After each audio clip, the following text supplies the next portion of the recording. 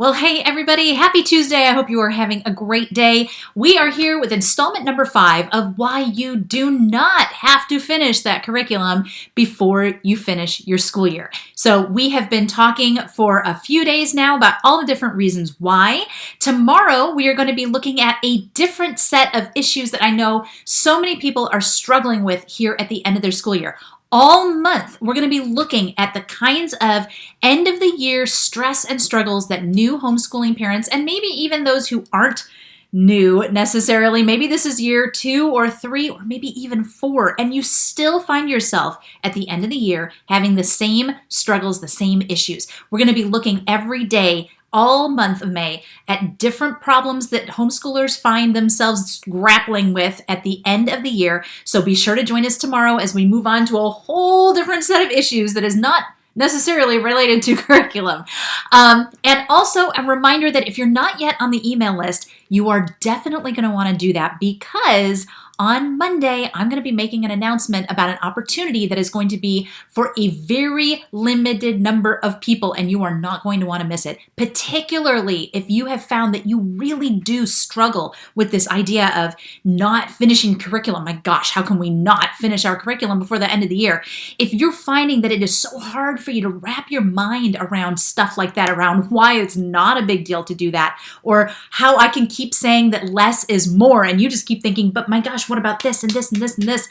If you are just finding yourself so stressed, so overwhelmed, even or maybe particularly because it's the end of the year, then absolutely make sure you get on the email list, because the folks on the email list are going to have the first opportunity to get in on this opportunity that I'm going to be announcing on Monday. And if they take all the spaces, I'm not even going to announce it here on Facebook. So you want to make sure that you go to goodschooling.net, scroll to the bottom, put in your email address, and then you will be among the first to hear about this new opportunity, or I should say, not exactly new, but this new version of this opportunity that's going to be coming, and you're definitely not going to want to miss it. But today, right now, we are going to look at reason number 5 why you do not have to finish your curriculum. Now, the last few days, we've looked at some of the reasons and some of the stresses and fears that parents have that make them feel like, well, yes, of course I do, right? We talked about how some parents think that that's what they do in public school, so that's what they do at home. We talked about how that is not true. Ex-teacher right here telling you, I never finish curriculum. Nobody finishes their curriculum.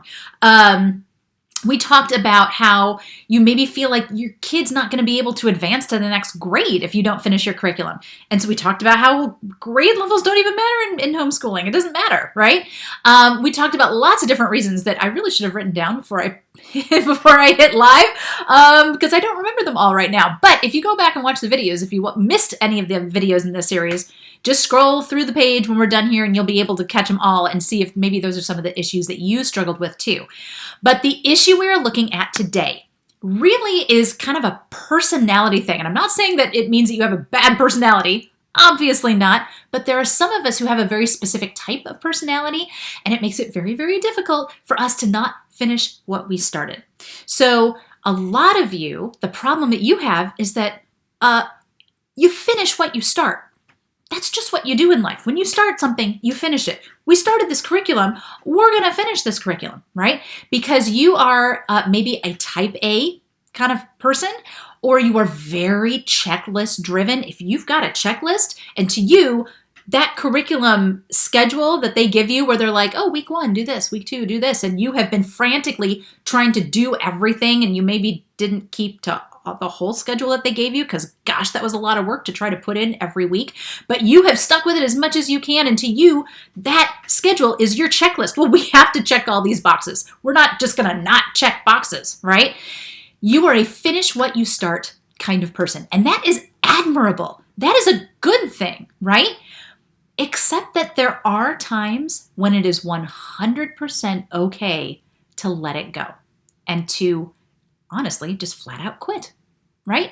We don't stick with things that are a waste of our time. And even you, as a finish what I start kind of person, you know that there are certain times when it is okay to say, you know what, even though we did not get to the end, I'm still going to finish this. Or I'm still not going to make myself finish this. Even though we didn't get to the end, I'm still going to close the book. I'm going to finish doing this thing. I'm not going to keep doing it anymore. Now, this is something that, as a homeschooler, it can be kind of hard to be a type A person, particularly if you do not have type A children. And I know there are those of you who do not have the same personality as your child. And so that can occasionally cause some real friction.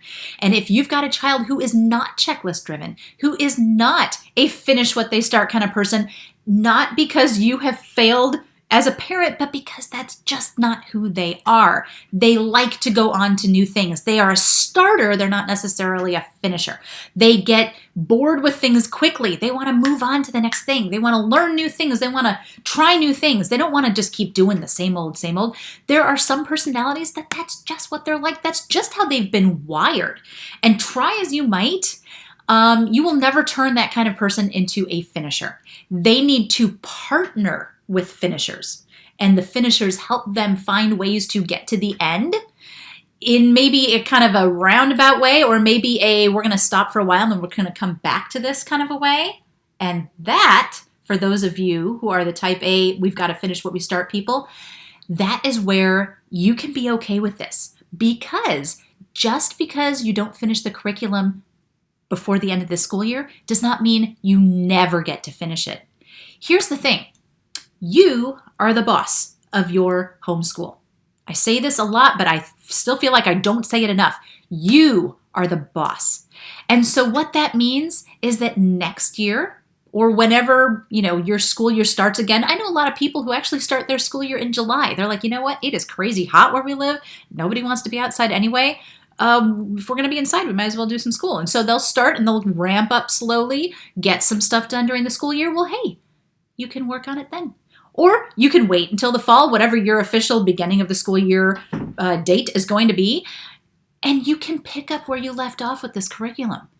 It doesn't mean that you don't get to ever finish the curriculum, okay? Me saying you don't have to finish it this year doesn't mean you shouldn't finish it. It doesn't mean, well, of course you should skip it and never come back to it. I'm certainly not saying that. You can finish it whenever you want to, because you are the boss. So at the end of the year here, where everybody is longingly looking at the beautiful scene outside the window, at least those of you who don't have rain today are probably looking at a beautiful scene outside the window, and your kids are thinking, I would much rather be out there. And you find every day it is more and more difficult to get people to just sit down and do their work. And when you look back on the year, you go, gosh, we did a lot this year. Particularly those of you who are first-year homeschoolers this year. Huge accomplishment to have gotten to this point. And not just a huge accomplishment, but you did a lot. You pivoted your entire life this year. It's natural that you would be exhausted right now. It is natural that you would want to be done, okay? So it is 100% okay to say, we're going to be done with this curriculum for now. And we're going to come back to it later. Maybe we will dive right back in where we finished, where we hit pause, and we'll do that in June, or we'll do that in in August or September. Maybe you're going to save this for the next time you cycle back around to this particular subject. If it's history, this is not the last time that your kids are ever going to need or want to study whatever topic it was you studied this year. When you do look at public school, and remember, I'm not telling you to compare yourself to public school, but when you look at what they do in public school, they hit every type of history like 2 or 3 times between first grade and 12th grade, right? Usually, American history, you do 5th grade, 8th grade, junior year of high school, right? Whatever curriculum it is that you have right now, chances are you'd be coming back around to that anyway at some point. And yes, your kids will be older, but that doesn't mean you can't still utilize this material in some way. Maybe it'll be supplemental. Maybe it will be, maybe you will just pick it up and just use it as it was meant to be used and fly through it because they're older. And so you'll be able to do stuff real quick, right?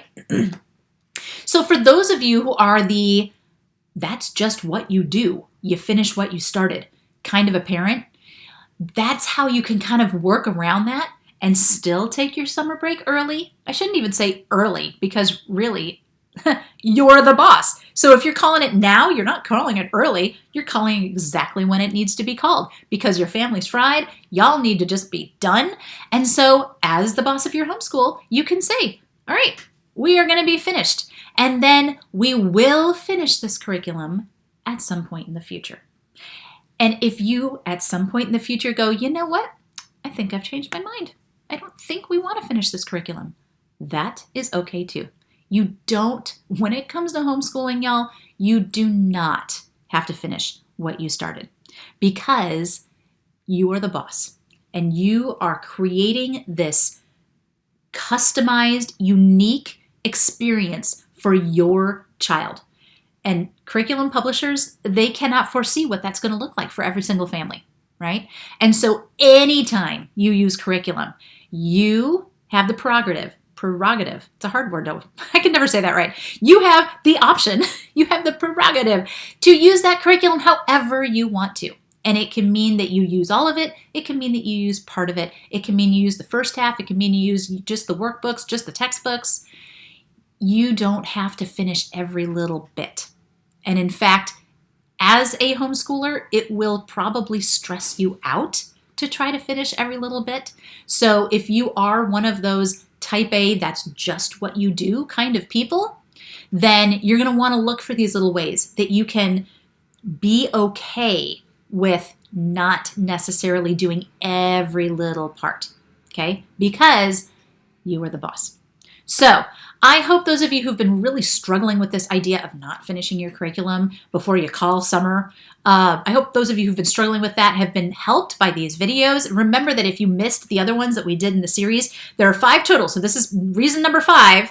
So if you scroll back through our newsfeed or if you just click videos, the last 4 videos before this one will be reasons 1 through 4. And then tomorrow we will look at a whole other set of reasons why you may be struggling here at the end of your school year. And we will talk about ways that you can not struggle because that really is the goal, right? So remember to get on the mailing list if you have not done that yet so that you can be one of the first to know about the opportunity that is opening up to you on Monday. Go to goodschooling.net, scroll to the bottom, you just put your email in right there, okay? I hope you guys have a great rest of your day. Go outside to where it is beautiful. If you're here in Southeast Texas with me, then get outside quick because we got a storm coming. So get outside and then get inside and get cozy for tonight's thunderstorm. All right, I will see y'all later. Have a great night. I will see you tomorrow. Bye.